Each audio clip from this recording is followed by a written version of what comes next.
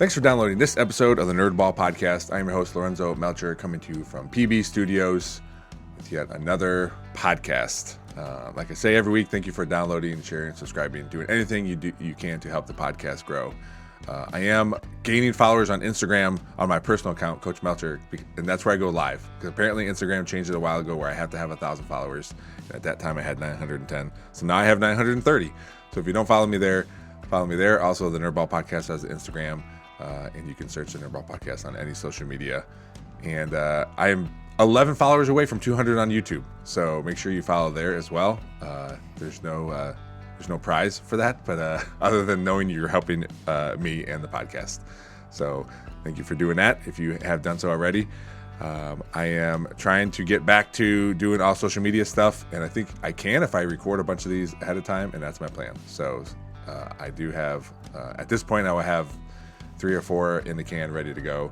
So hopefully you'll see more of those shorts and other social media clips. But it's hard. It's a lot of time. I do have people reach out to me, random companies saying, hey, we can help you with that. Oh yeah, how much does it cost? Oh, it's only like $800 a month. Oh, cool. I make $0 doing this. So if you would, as much as I don't like paying people an experience, if you want to, maybe there's a young high school student out there that likes to do social media. I can bring you on board and you can help me out there too. So anyway, to reach me or I always say any of us at the Nerdball Podcast, it's just me. It's just an illusion.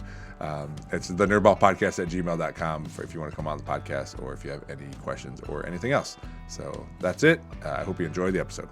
All right, this is Scott Buker, and this is the Nerdball Podcast.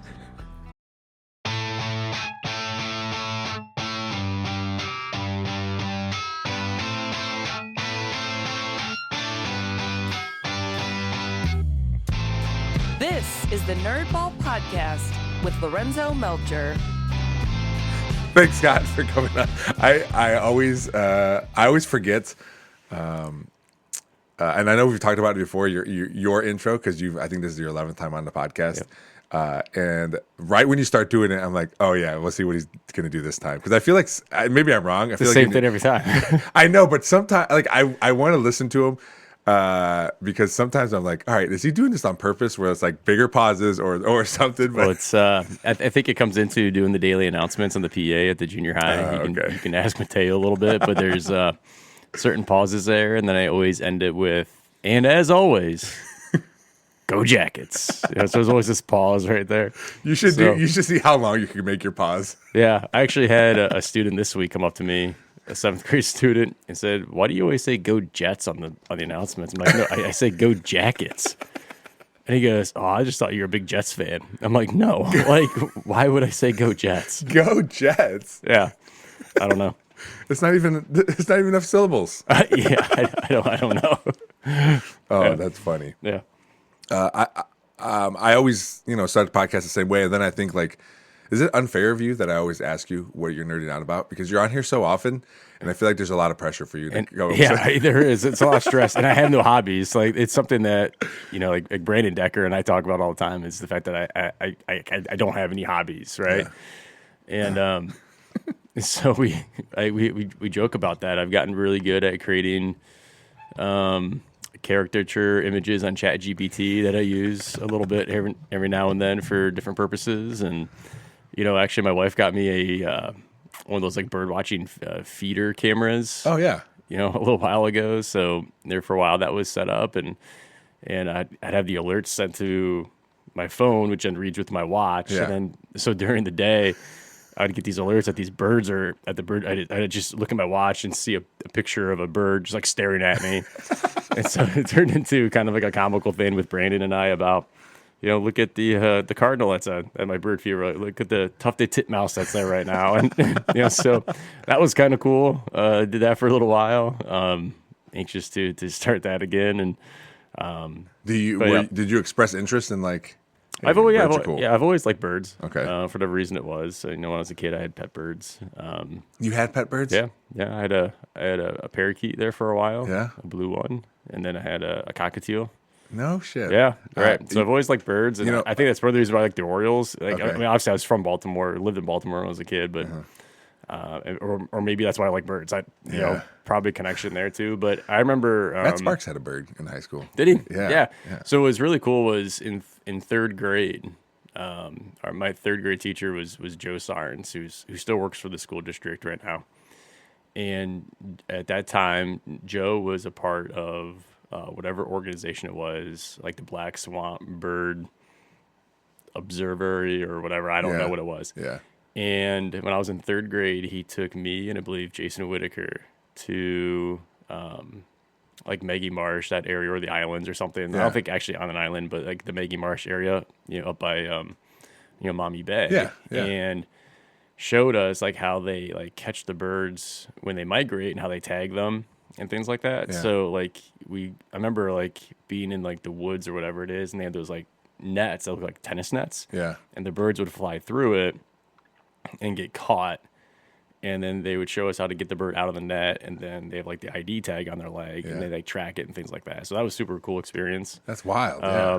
Like when I was in third grade. So so I've kind of always like bird sense, and it's super interesting. Brandon and I have kind of been nerding out about the bald eagle population in Northwest Ohio. I don't know if you've. There's too many now. Yeah, well, there's a lot. So there is. So we noticed. Like I noticed, like whenever I was at Belmont, this like bald eagle would fly over, the pool a lot, and I'd take a picture and send it, and then at the farmers market one day we saw a bald eagle like soar real, and so like Brandon and I were talking about like, hey, we're just seeing a lot of them lately, and he sent me a tweet from Chris Vickers, and it said, notice a lot of bald eagles lately. Well, like Northwest Ohio is the epicenter of the bald eagle revival in Ohio, and they had one of those like maps, and it was like color coded with all the sightings, like where they're at, and like Toledo area was like bright green. And I'm like, that makes sense now. It's pretty cool. Yeah. My dad, I got in this app. It's Merlin. Oh yeah, I have that app too. Yeah. So I got in the app a while ago, and he every morning he goes out, sets his phone down, and in his backyard listens to birds. Yesterday he showed me he has a notebook that he writes all his birds down that he sees, for real? and he has them numbered. Yeah. He's up to 47 different birds. Nice. So the app loves attached to the bird feeder like categorizes birds for you. Oh, okay. And so whenever a bird comes to the bird feeder, it'll ID it for you. Yeah. And then if it can't ID it for you, it'll just like categorize it as unnamed species. So then I take that picture that I capture in the camera, I upload it into the Merlin app, let Merlin ID it for me. Okay. And then I go back into the app and say it's, whatever bird it is. Yeah. And then like the AI like knows that whenever that bird comes back, another species, it categorizes it into what I told it. What input it as. Yeah. So that was pretty cool. That was pretty neat. Yeah. He loves it. Yeah. He loves it. He writes like, because it lets him know if it's like a rare for this time of year or this area. So he writes that down, and he's like, I found out that our backyard is like perfect because it has some woods, but also has water running through it. Because it's a little creek. Yeah. So there's a lot of birds here. Yeah, that's awesome. Yeah. So that's been kind of cool, and so enjoyed that a little bit. And, with it. So. You half jokingly said you were going to wear a Michael Parsons jersey, which I knew didn't exist yet. At least you don't have Number it yet. one. Not yet. Yeah. How do you, so first of all, Mateo told me that when he got traded, if you don't know, people who are listening, Scott's a big Packers fan. I like the Cowboys. The Cowboys traded Michael Parsons to the Packers. Mateo told me like halftime of our freshman Whitmer game where we did not play very well. We weren't doing very well, and he told me, and I was like, no, he did not. He goes, yes, he did. I'm like, all right, I can't think about that right now. I'm over here. And then I got home I'm like, what is happening? Yeah, and why is this happening? Right. And I was so mad. Because everyone always equated to like, oh, it's just like the Emmitt Smith. They'll sign him eventually, and obviously that didn't work out. I think everybody thought that was going to happen. Yeah. And then they traded him, and I was like, what'd they get? And they're like, two first round picks and a defensive tackle. I'm like, okay, that doesn't seem like enough. That's the first thing I've like. So when the trade broke, obviously, like a bunch of people just text me like, no way, Michael Parsons to the Packers. I'm like, what's the return? I think maybe it was Trey first. Yeah. Like, what's the return? So I'm thinking, because like leading up to it, you had heard rumors that Green Bay's in on this. If it does happen, it's probably not going to happen. Yeah. But if it does happen, Green Bay's probably going to be the team to make the move on it. Mm-hmm. And you were hearing like stupid stuff, like 2 1s, a second this year, a second next year, a player, some players' names that were kind of floated there were Rashawn Gary, who is their other outstanding edge rusher, Quay Walker, who's a really good inside linebacker, one of the receivers. And then when Trey sent me 2 1s and Kenny Clark, I was like, that's it. I know, man. And like when you look at the Kenny Clark piece, he's a nice player, leader in the clubhouse and that type of thing. I think they said he was an All-Pro too. Yeah, he's been like last year was his least productive year as a pro. He's 30. Mm-hmm. He's been in the NFL since he's 20, so he's got 10 years on the body. Yeah. And then I was reading his contract situation. Although manageable this year, next year, it's a $21.5 million cap hit for him. It's like Green Bay probably wasn't going to bring him back after this year anyways. They're going to either try to renegotiate or he was going to be a cap casualty type of thing. Yeah. So I'm thinking, wow. That's all they had to give up for that. And you don't want to speculate, but you think those 2 first rounders aren't going to be high first rounders. No, they're going to be in the low 20s. Right? So I'm like, okay. Yeah, I know. Yeah. I know that. Yeah. I Great saw move. that. That sucked. How do you feel about him being injured right now? Yeah, I just read this morning that he was limited in practice. He's playing. He is playing today. Okay. He's going to play today, but he's going to be limited in what he can do. Yeah. Which I don't know. It is what it is, I guess. Yeah. He knows his body well. You kind of put the trust in the player at that point. He knows what he's doing. Yeah. And so yeah, I think what's kind of interesting with the whole thing is like after the trade came out, like he came out and said, and his agent said, like, we want to stay in Dallas. Yeah. And he didn't have any intention of missing games either. And so he said after I wasn't going to skip a game.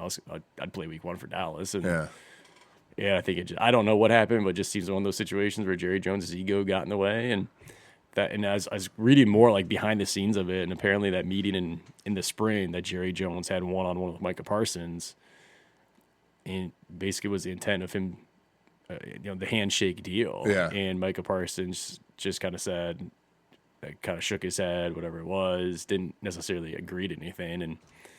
And then I came back and told his agent about it, and the agent's like, well, no, there's like your job is to play football. My job is to negotiate your contract. Yeah. And there's certain things that I know as the agent that don't necessarily should know as the player in terms of like how things work with clauses, whatever it is. Yeah. And so when he approached Jerry Jones about, okay, we need to have a conversation to make sure, everything, like that's when he goes, nope, all right, I have a deal with him.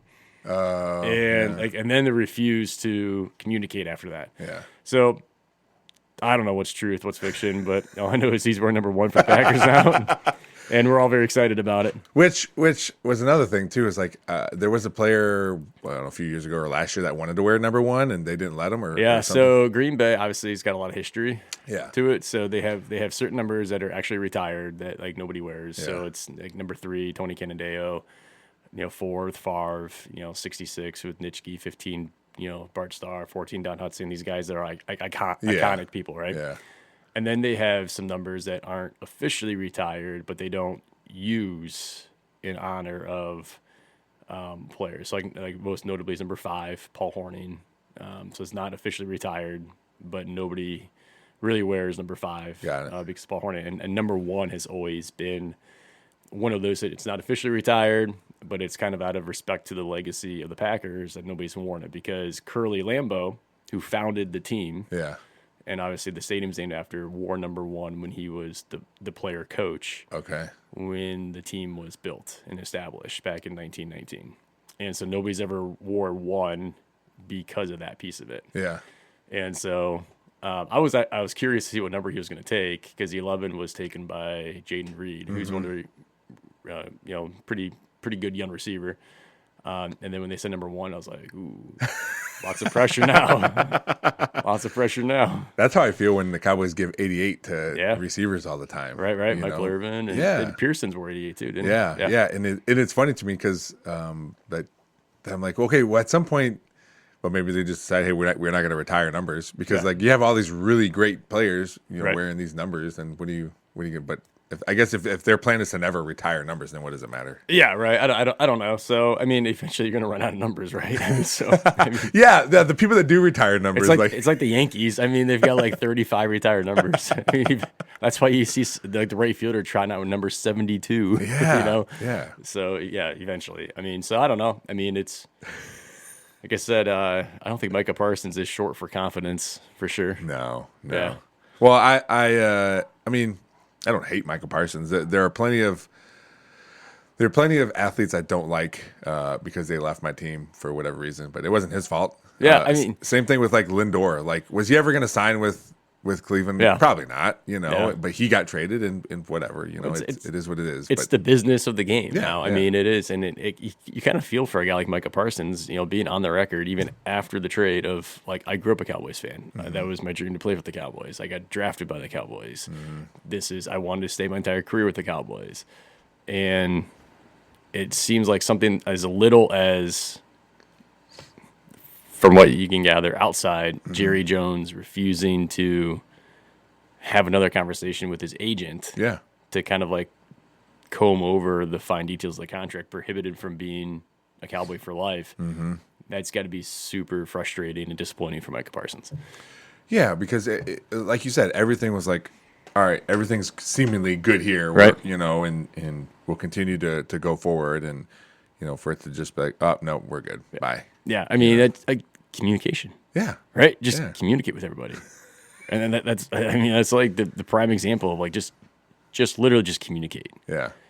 and everything would have been okay, right? And Jerry can't help himself, and that's why people No. don't like him. Yeah, you're probably right. You're probably right. It's like we talked about the Netflix series. I think is going to be interesting once you dive into that a little bit more. and, Yeah. Whether or not you like them or don't like them, but yeah, it'd be cool. No, I'll forever not like him. Sure, he brought me some Super Bowls, yes, but there's a point where I mean, and a lot of people don't. And I talked this with the last guest I had in here, Justin Edgel, where it's like you have all this power, Yeah. and money, and you're like, well, why would I want to give any of this up right now? Right. But some people do, Yeah. and they realize like, all right, I am not my best anymore, so here's whatever you may be doing. So Yeah. here's the next person. Exactly. Like, what's the priority? Yeah. Is it like keeping my the quote unquote ego status, or is it in this particular case in football, is it winning football games? Well, they haven't won in a Super Bowl in a long time. Yeah. I mean, it's been a long time. I So. did feel good after watching the Eagles game. Like I didn't. I'm like, all right, well, we might be terrible. And then watching the game and seeing everybody score in the first half, which Yeah. is, okay, well, we can score. I think that was probably going to be a given. We Yeah. should be able to score. Yeah. Great offense. Yeah. And then playing as good a defense as we did, I thought was pretty good. Yeah. And we had the How'd Cowboys still Kenny lost. Clark do? According to a stat I read, when Kenny Clark was on the field, Eagles rushed for 2.8 yards. When he was off the field, they rushed for 6.6 Oh, yards. there you go. So, That's +4 Yeah, right there. yeah, Right? so- +4 so I'll take that, I guess. for sure. Yeah, that's a good stat. That's a good stat. I think it was in my Bleacher Report or something Yeah, that yeah, I yeah. came across. All right. Well, time will tell. You never know. I mean, you never know with those big trades how they're going to turn out. And No, it's just whatever. It's I think the difference is like Micah Parsons was only 26 years old. yeah. I mean, that's the difference between like some of these other big ones. I feel like the other players, Khalil Mack when he went, and Ramsey and those guys were probably upper 20s. Yeah. So they who were knows? at their peak, maybe headed down. Yeah. But Yeah. Michael Parsons still has several years of up. Yeah, you know? right. So Yeah, we'll see what happens. I'm excited. I bet you are. There's, it's kind of, as a Dallas fan, you probably understand this too a little bit, but I feel like there's certain NFL teams that, it's being a fan. It's like like the standard for that organization always is a Super Bowl, Oh yeah. right? Like Green Bay, Pittsburgh, Dallas probably is in that conversation. Kansas City now is in that conversation. So even now, like Green Bay had that fringe Super Bowl contender. A lot of people would pick them to be like that surprise, and now everybody's like, oh, Yeah. So now you're just like, oh, just don't blow it now. And that's what sucks about any Yeah. sports is like, yeah, here's Yeah. the front runner, and then they're one injury away from, well, I guess they're not doing anything. Yeah, now, right. you know? Like, And I guess that's part of the sports. Yeah. That's part of the sports. It's is what it is. I think Bill Simmons was it? No, it was Ryan Russillo picked Packers and I think Packers and the Bills. Yeah, with the Bills winning. I read some. I can't remember who it was, but one of the ESPN writers, went through his whole, who's going to make the playoffs, who made the playoffs last year that he doesn't think are going to make the playoffs this year, who didn't make the playoffs last year, he thinks he's going to make the playoffs this year, and he worked all the way throughout till he got to the Super Bowl, and the Super Bowl was the Chiefs Packers, and in the article he had talked about, I basically never pick against the Chiefs now until they give me a reason not to. Yeah. I mean, because they've kind of earned that right and that status, right? He goes, so I'm gonna, and odds are that's like, I mean, I was just talking to somebody else about this. That's got to be the safest bet in sports. Yeah. Chiefs Super Bowl, right? I mean, I don't think Patrick Mahomes has ever not been to the AFC Championship game in his career, right? So if you're just playing like statistical probability, you got to think that's the safest bet in sports is the Chiefs Super Bowl, right? Yeah. So I agree with that. There was a stat about the 49ers. Since 2003, they've either made the NFC Championship game or missed the playoffs. Or missed the playoffs, yeah, right.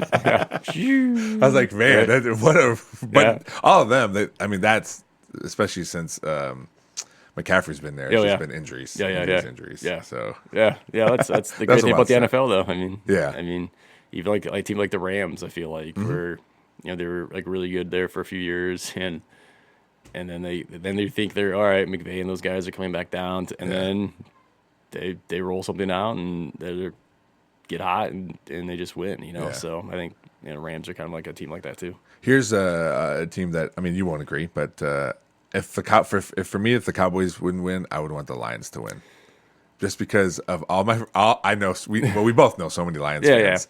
Yeah. My wife's a bandwagon Lions fan, I should say. So she'll acknowledge that.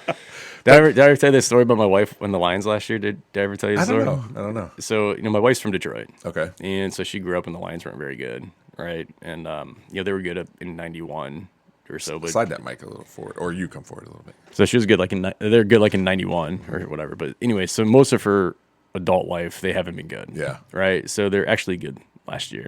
And so she and all of her Detroit people are kind of like, yeah, they're like, I keep telling them they're really good. Yeah, they'll blow it. They always do. And so it's like week 15 or 16, right? And her friend from Detroit calls her and says, hey, I think I can get tickets to the last game of the year against the Vikings. Yeah. It's a 1:00 game. So Lindsay's like, I think I'm going to go. I said, okay, but they're probably going to flex that thing to 8:00 because the Vikings are really good. The Lions are really good. It's probably going to determine who wins the North. I'm like explaining this stuff to her, and she doesn't process it. Yeah. And so lo and behold, the week of the game, they do flex it to the 8:00 game. That's Sunday. That's the last game of the year. So if you remember, it's I think both the Vikings and the Lions have one loss. Going into that game in Detroit. And so when I told her it got flexed to 8:00, she and her friend we're not going to watch. It'll be too late. So they don't go. Lions win big, right? Yep. And so they get the number 1 seed. And so now my wife's like, okay, yeah, they'll be, go Lions. Yeah. Right. So, Go Lions. so Packers lose in the first round to Philly. And so the Lions, play second round divisional against the Commanders. My wife was like, let's have some people over watch the Lions game. I'm like, sure. So we have some friends over, watch the Lions game, and the Commanders come in and just whack them. Yeah. And she goes, of course, the one game I watch. So her running joke is like she won't watch any games this year because of that. Yeah, because they lost. Or that she's a bandwagon fan. It's right. No, I mean, she likes them, but that was of course the one game I watch. And to have all these people over. Yeah. Well, that's how I all these people is like 3. Yeah. So, yeah. I went to the Marshalls to watch the Cowboys-Lions game. Right. And it was such a blowout. I'm like, this isn't even fun. I'm just going to keep eating food. Yeah. There's Lexi is at the junior high now. She wore her Lions jersey with pride there Friday. And then somebody was telling me, Lexi's been sneaking in different Lions stuff all week. I think maybe to see if you would notice. And I was like, what do you mean? One day she wore earrings. One day she wore a neck or a blue bracelet. I was like, no, I'm not going to notice that. Yeah. I'm sorry. So, but yeah, so she's it's been fun kind of experiencing this week with another Lions fan right there. Yeah. I didn't even know she had a new job until a month into the school. I'm like, oh, yeah. Especially because I use sometimes I use a room where her old room used to be. It's like a room right outside of that, and it didn't have her name. It said Mr. Marshall, but I think like the S was crossed out. Oh, really? Because it said Mrs. Marshall, but it said Mr. Marshall. I was like, oh, where'd she go? I see you read my emails I send out, man. You could... Sometimes. Thanks. That's what somebody, when I was working on that committee I was working on in the summer about communication and about emails and stuff, and that was one of the things. Like, we get inundated with if our kids, if we have kids in different schools, there's just emails all the time. Right. And I read the subject, I'm like, I don't, whatever. I'm go on that one. And then go forward. Also, my kid after junior high he's not a huge talker about stuff, but if there are things I see, I go in those emails, I'll ask him about them, but he doesn't give me much information. Although one thing I did like, he rocked a straw and Jason Witten jersey Friday. Andrea told me that. I go, he wore a Cowboys jersey after they lost to the Eagles. He's like, yep. What was your favorite NFL team? I know. Yeah. I didn't know that, but and Andrea asked him, like, are you sure? He's like, yeah, I wear this. My Dak Prescott jersey's too small on me. I said, okay. And she's like, okay. But so I was proud of him for that, wearing it was a cool throwback Thanksgiving jersey. I've had a few years ago. I've had one for a while. It's sweet. Yeah. But what I did like when we were walking out of the Huskisson Center after halftime to go back on the field, there was like 10 girls and boys like, hey Mateo, hey Mateo, hey Mateo. I'm like, all right, so your only friends aren't Jackson. That's good to know. There you go. Yeah, that's awesome. But it was cool to see like all these people like saying hi to him and stuff. Yeah, so that's cool. Yeah, because Ed, and maybe you're worried about it, maybe you don't. I just want my kids to make sure they're enjoying their time in school. That's the number one worry that we have. I mean, like, I wish that it's a worry, but it's like the priority. Like you're there a lot. Yeah, like do you have a sense of belonging there, right? Yeah. And so I took Alice to their school had a back to school bash Friday night after school where they like inflatables and food trucks and carnival games and things like this. And as soon as she was super excited to go, and it was just me and the two girls. We're not even out of the car yet, and she sees one of her friends from class, and they're like screaming and hugging each other. I'm like, all right, well, I guess. And then we get in, and then the two of them start running to all their other friends that they have in class, and they're just running around. And then eventually they play the games together and play the playgrounds and the bouncy houses, and they started a dance party in front of the DJ. I'm like, well, it's good to know she's got friends, type of thing. So that was cool to see. Yeah, it is. As they get older, then I realize the personalities of my children, and they're like, Lillian has no problems, making friends, and neither does Mateo, but he's just a lot more quiet. Yeah, that's fine. But like I said, I was like, okay, hopefully you're enjoying yourself, and you are. Right. Yeah, he does, and I watch him in school too, and you can tell he's got plenty of friends, and so does he. Being kids ourselves at some point, there's always in your brain, there's like, I want to see how much I can get away with. Mm-hmm. Not just with him, but in general. Do you see that in junior high kids? Like, do you see people like, all right, we're going to push this line. Yeah. And then when they do push it and someone, whatever, like whether it's something small, like, hey, don't do that anymore. Do they continue to like, well, I'm still going to do the same thing? Yeah, that's a good question. I think there's a population of kids who know where the line is, and they just kind of want you to define it for them. And so once you define it for them, the majority of them are like, okay, yeah, like we get it. We found it. Yeah. We get it. And probably a lot like what we were. Where it's like, okay, like what if you approach it in a way of kind of like you're the enforcer, authoritarian figure, my way or the highway type of thing, a one-way communicator type of thing, then I think kids generally are like, well, I'm going to continue to test it and see if we can go further. But if you approach it in a manner of, come on, guys, like, what are you doing here, right? More of like the human level, you try to treat, junior high kids like adults, young adults. That's when I think they reciprocate it back and forth a little bit. And then there's generally, because you're building relationships, we've talked about it, right? Yeah, yeah. You're building a relationship with them, and then they kind of, okay, I know what Mr. Buker's tolerance level is. I know what our teacher's tolerance. I know what whoever it is. With that, and we know, and then it becomes the structure, those unwritten structures or boundaries, and that allows more opportunity to have fun and more opportunity to enjoy and learn and whatever it might be. So I think, by and large, most of our kids kind of know that and understand that. Is it perfect? No. No. But yeah, I mean, There's too many kids. Too many kids, and Yeah. they're 11, 12, 13, 14 years old. Yeah. Like, nobody's going to be perfect at that moment. And, but one of the things is we've got, just super incredibly great kids, across the board. And so that helps. Well, even at work, I work with full-blown adults. Yeah. And whatever, something's happening where I was like, all right, guys, well, we can't do that. Yeah, I was right, like, right. Yeah. I appreciate that, but let's Not an scale option. it back. Yeah, Let's not scale an it back a option. little bit. Yeah, But right. it's the same thing. Like whether I'm talking to the freshman football team and I'm like, hey, we're having fun doing this, but you guys are getting a little carried away, or some adults. Like you I think everyone consciously or subconsciously tries to find a line. Yeah. They wanna know. Everyone's trying to get away with something at some point. Right.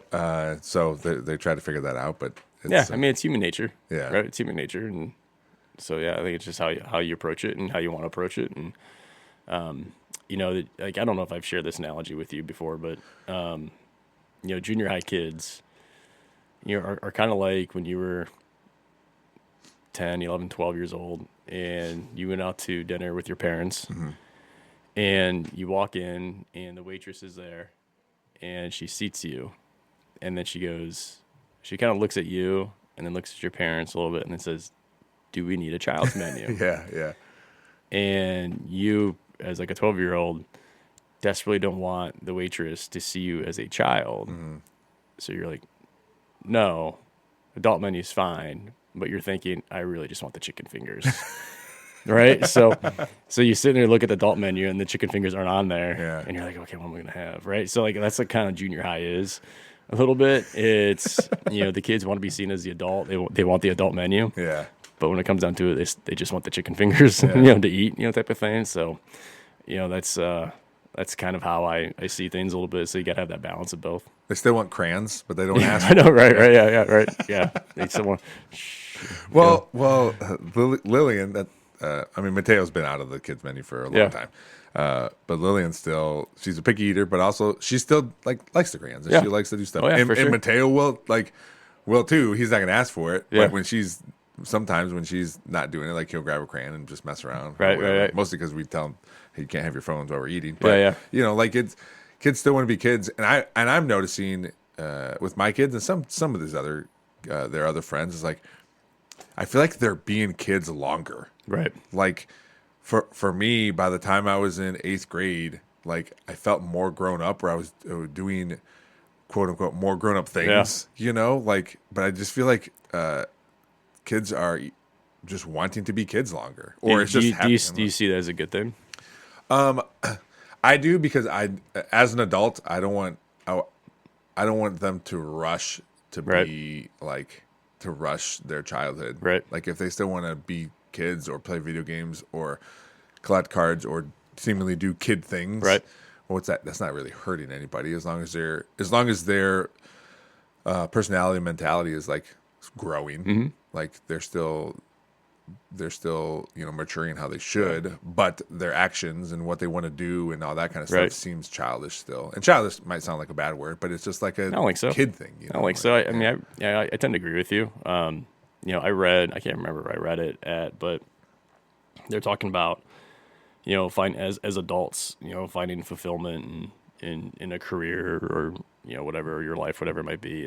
And they talked about one of the key ways to be able to do that is actually going back to what were your childhood interests? What were you super into as a child? And then being able to incorporate those childhood interests into your adult life, with it too. So I tend to think, all right, so if as a developing adolescent or whatever it is, if you're continuing to keep a childlike curiosity to you, Yeah. I think that is could open up a lot of windows, and could be super helpful for a long period of time, is because like children are naturally curious. Yeah. Right. And I think as soon as you start to not be curious, then you start to close doors and those windows start to shut and your opportunities are limited, things like that. So anytime you can extend that window, I think is a good thing personally. Yeah. Cause you're right. As adults, if you are shutting things out, you're shutting people out. Right. You're shutting different types of people out and you shouldn't do that. You shouldn't want to do that. Well, it's why I do this podcast. Right, I want to know all this yeah. information. Yeah. I want to talk to all these people. Yeah. And I think there's a difference between like childlike curiosities and childlike behavior. Yes. I think that needs to be like, who knows who's going to listen to this, but I think there needs to be like a clearly defined separation between like childlike curiosities, interests, hobbies, childlike behavior, because there is a big difference there, right? Yeah. But if you open up the one, I think is a really good thing. Yeah. Yeah.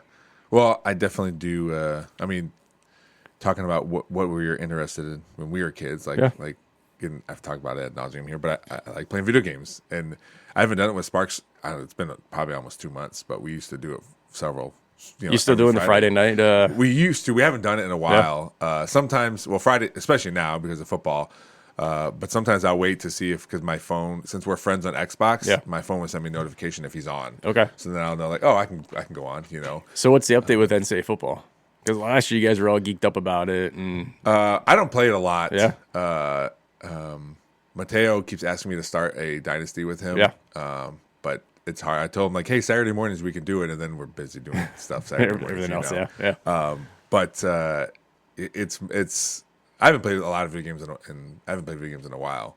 But that is something that takes me back. Like, right. This is fun, Or thinking about when I had a sleepover when I was in 8th grade with my friends and we played Pokemon Snap on Nintendo 64. Like, it's cool, and it's such a.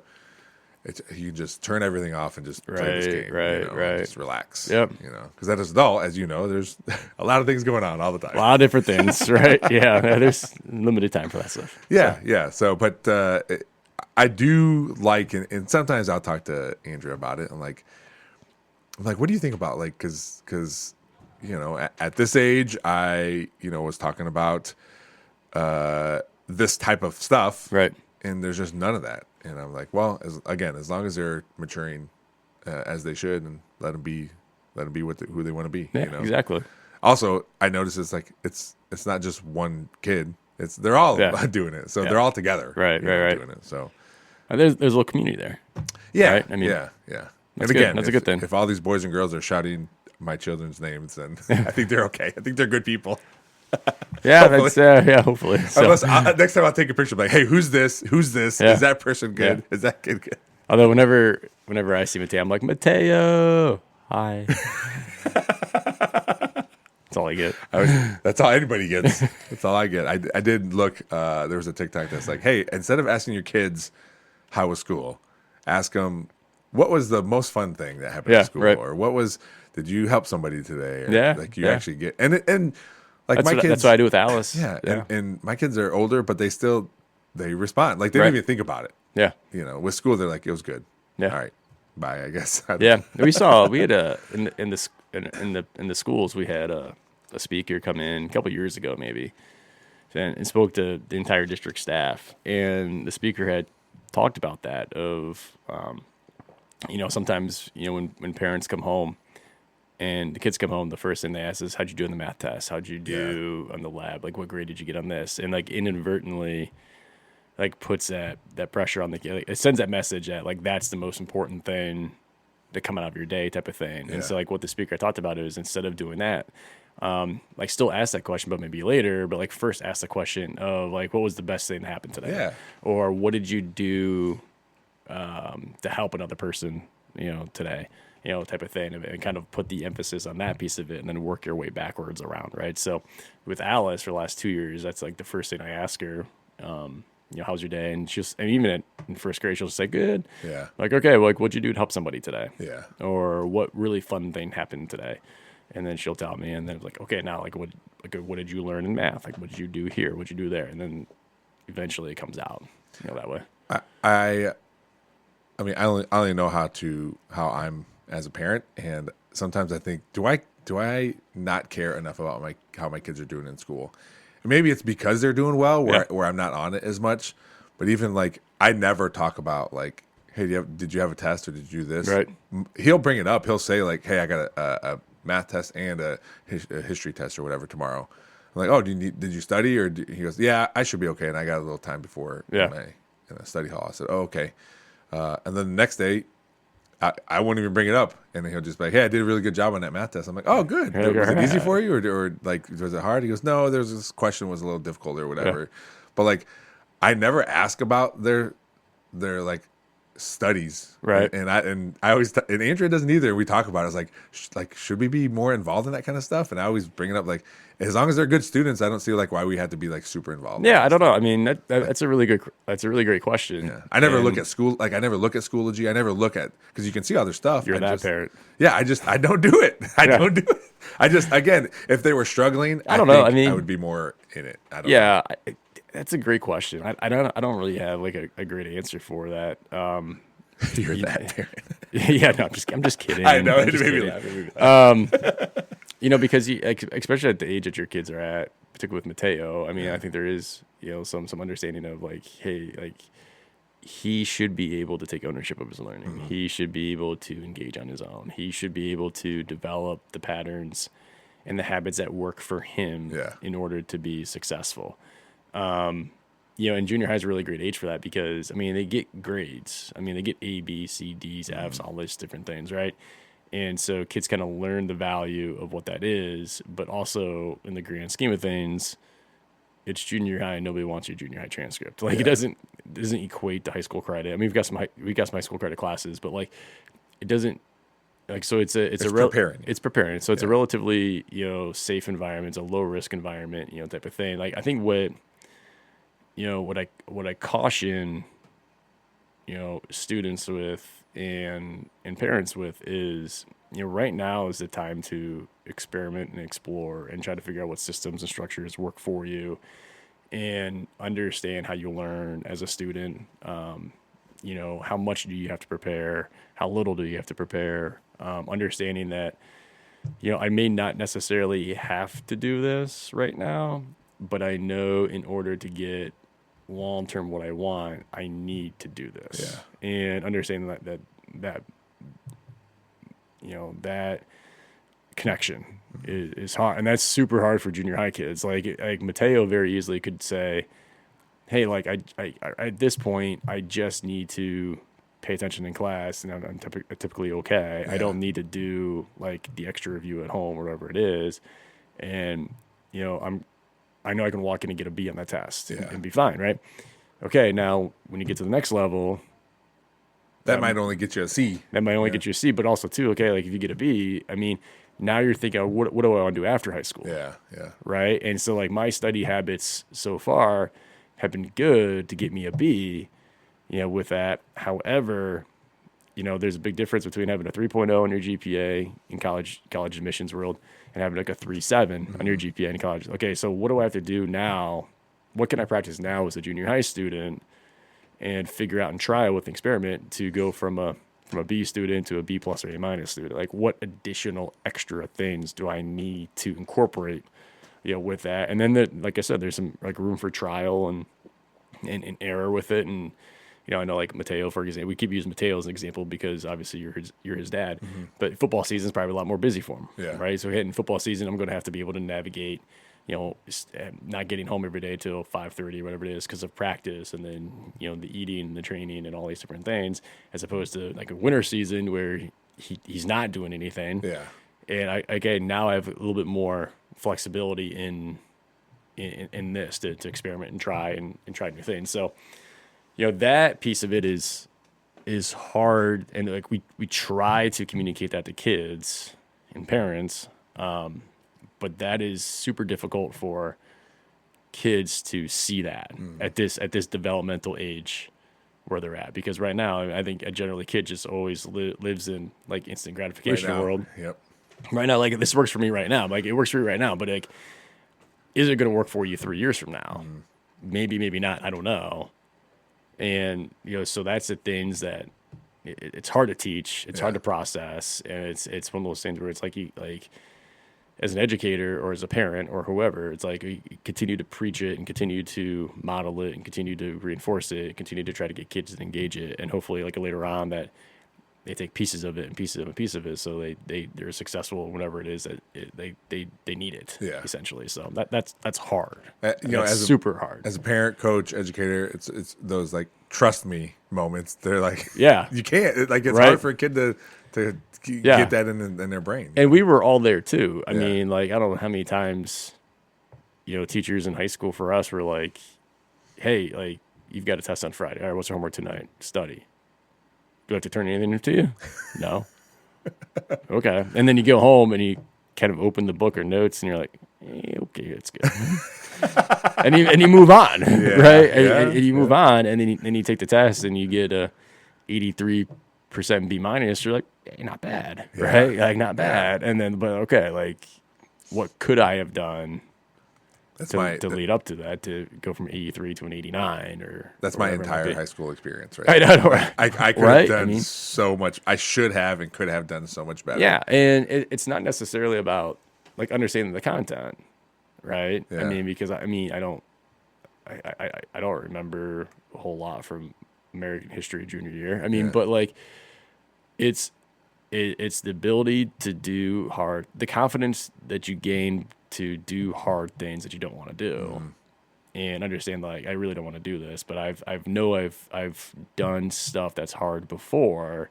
I've done things I don't want to do before because of either I have to or the long-term benefits from it later on. Yeah. Right. Yeah.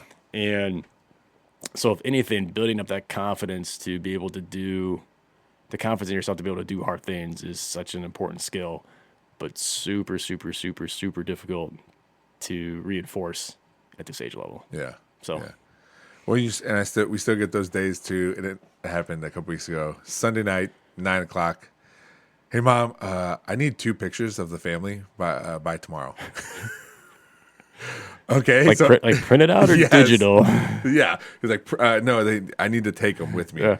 So Andrew had to take photos out of our like pictures hanging on the wall. No way. Yes, because we don't print a lot of photos. You know, I'm sure you guys don't either. No. So it's like, does it have to be new? Because I have this older one. Yeah. And so he took him to school the next day, and then that next Monday morning, Andrea was out of town, so I was home with the kids, getting them on the bus. Lillian's like, I got an interview for science, and the bus is going to be here in like 20 minutes. I go, Lily, you had all weekend. What are we doing? Luckily, it was like, it literally took like 4 minutes. But like, Lil, you had to do this, not the day of school. Yeah. But that'd be forever. Learning moment. Oh, yeah. For me, like now, hey guys, on Fridays, when you get home, we're going to at least talk about homework. Yeah. Make a plan for the weekend, so it's not happening Sunday, Monday morning. It's difficult for Mateo though, because he goes to practice and then goes right to the game. Yeah, especially when he's at home. But yeah, it's funny though, because that's stereotypical. See it on sitcoms, like Right. I need a working model of the solar system by tomorrow morning. It's like that commercial. Like there was a commercial that aired within the last year where it was that exact, like the little kid's in his bed. It's like 9:00 at night. His dad. And then I need a solar system for tomorrow. Like, well, sorry. Yeah. Some of that stuff you can't help. I think that's always my default is like, well, you're just gonna have to go without it. All right. And it's what it is. And then you're like, and then I feel bad. I'm like, okay, well, what can we do, or what can it's hard to do. But like the key though is at that point in time you have to be able to like reinforce to the kid, like, hey, like this happened, you made a mistake, whatever, but it's an opportunity to learn and grow, right? Mm-hmm. It's an opportunity. Okay, this happened. We're gonna work through it. We're going to get make the best of the situation. However, what are we gonna learn from this moving forward, and how are we gonna correct it? The next time it happens. I mean, same thing in your coaching world, right? I mean, you watch the film. It's okay. Like we made the mistake, whatever it is. We're gonna learn from it. We're gonna correct it. We're gonna move on to the next to the next week, next game, right? Yeah. Same situation. Yeah. Right. Yeah. It's just, it makes me. Yeah. I'm mad and laughing at the same time. Yeah. I mean, it's everybody's lives. I mean, right? It's everybody's lives. Dude, before we go, I was watching TikTok And I'm assuming you don't have TikTok. I don't have any social media. You don't have any social media. No, every now and then I'll go on the YouTube and see some shorts and things like that. But so they're on Barstool. They had Eli Manning on. Yeah. And he was, I think it was a few years ago. They had Andrew Luck on. He was giving his hard count. Okay. So they have Eli Manning on. He talks about his hard count. Yeah. And I'll play the end of it. The best part of this though is the comment section. So it's a good TikTok.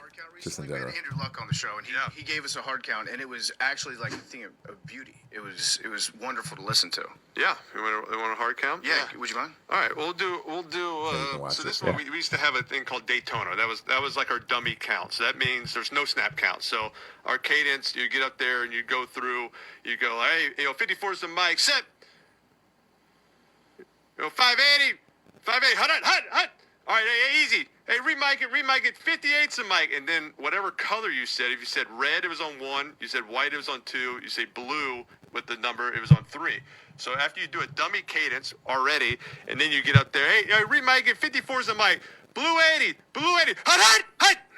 Yeah, I would have jumped. I would have jumped. Yeah. Offside. Like, you've already done the dummy. You've already changed. So I enjoy that because it's just football. It's funny, cool, right? Yeah, it's good. And I like Eli Manning. So then I go into comments and I'm by myself at home reading these. The first comment is, I just ran a red light. Second comment, these are in order. Second comment, just got hit by someone who ran a red light.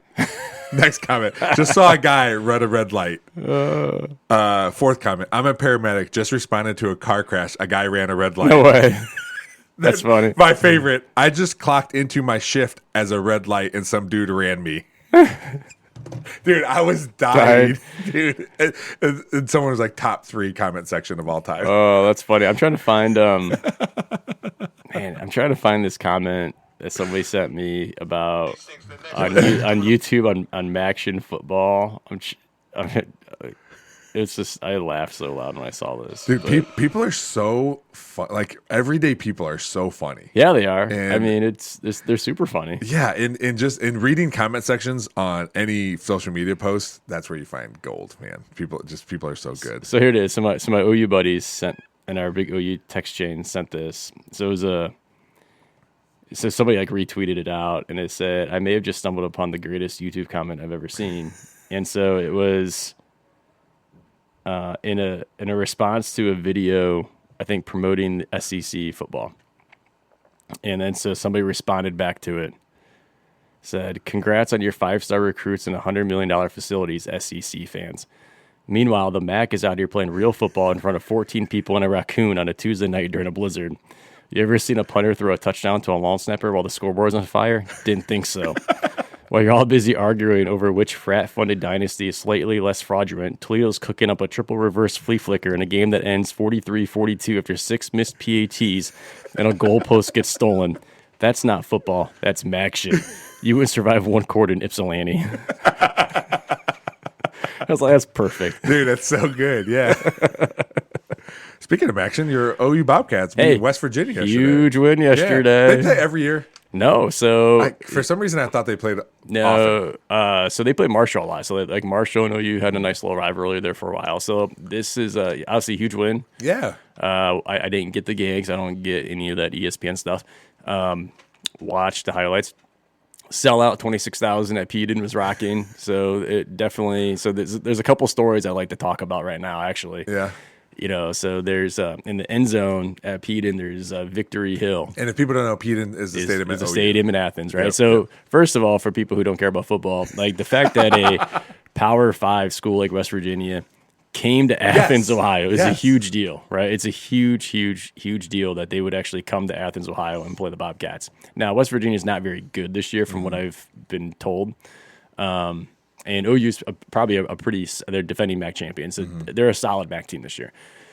And so Peden Hill is in one of the end zones, and it's there's no seats there. It's a grass hill. And the students sit there, and it was packed. I mean, this was a sellout, 26,000 people. So flashback to the fall of 2005, Frank Solich's first year in Athens, my junior year in Athens, and their first home game of the year was against number 24 ranked Pitt. I was going to ask you about that because I remember Trey talking about that. Oh yeah, Trey was probably there. Yeah, Trey. I ran into Trey on the. So yeah, I'll get to that. Yeah, So I'm in the I'm second row on Victory Hill with Matt Hollinger, some of my other buddies from OU, and like I said, Pitt's ranked 24th.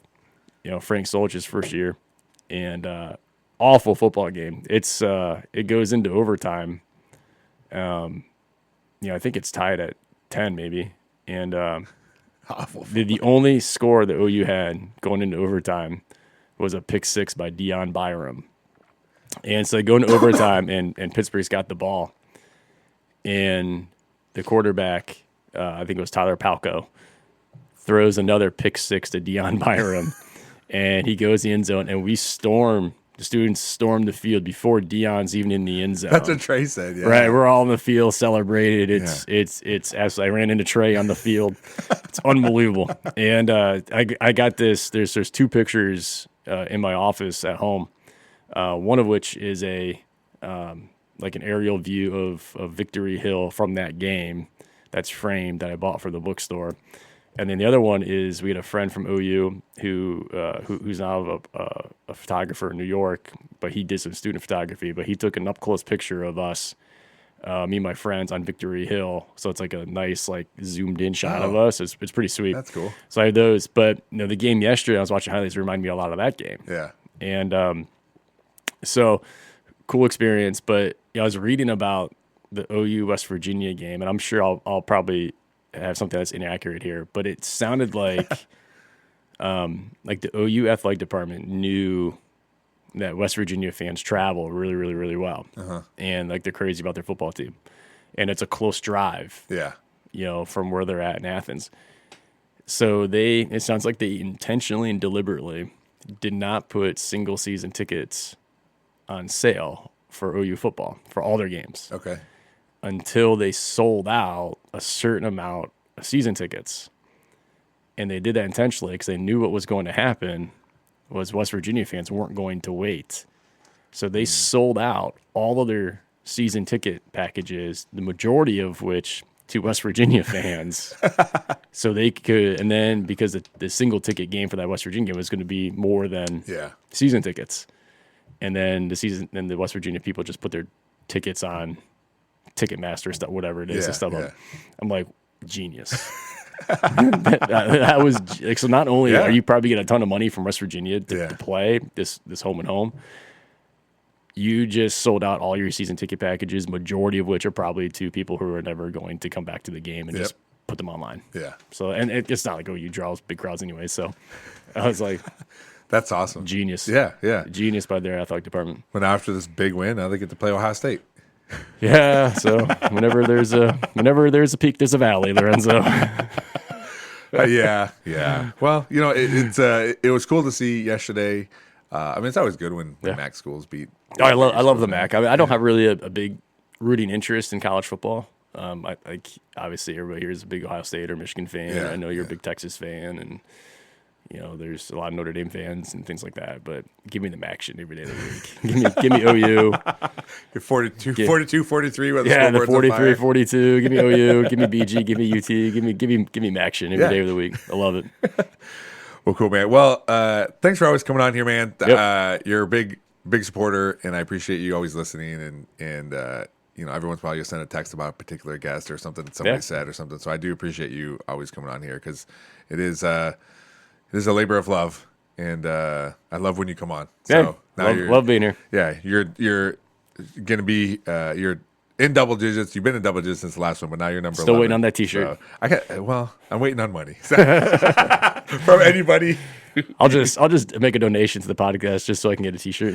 Well, I have to. I got to see if the Perrysburg Junior High STEM Lab does T-shirts and stuff too. Right? I think they do. Yeah, I think they do have the capability to do T-shirts now. Yeah, so I might have to reach out to them as they've helped me out in the past. So we'll see what we can do. So, but thanks again, Scott. Yep, absolutely. Thanks for downloading this episode of the Nerdball Podcast. If you want to reach out or be on the show, just search the Nerdball Podcast on any social media. If you want to email us, that is thenerdballpodcast@gmail.com. And of course, there's always YouTube, so you can go on there, subscribe to the Nerdball Podcast, and watch the podcast every week. As always, thanks to Real JP Multimedia, Cuddlefish Graphics, Big Daddy Graphics, and Perrysburg Junior High STEM Lab for always supporting the podcast. Thanks for listening. We'll see you next time.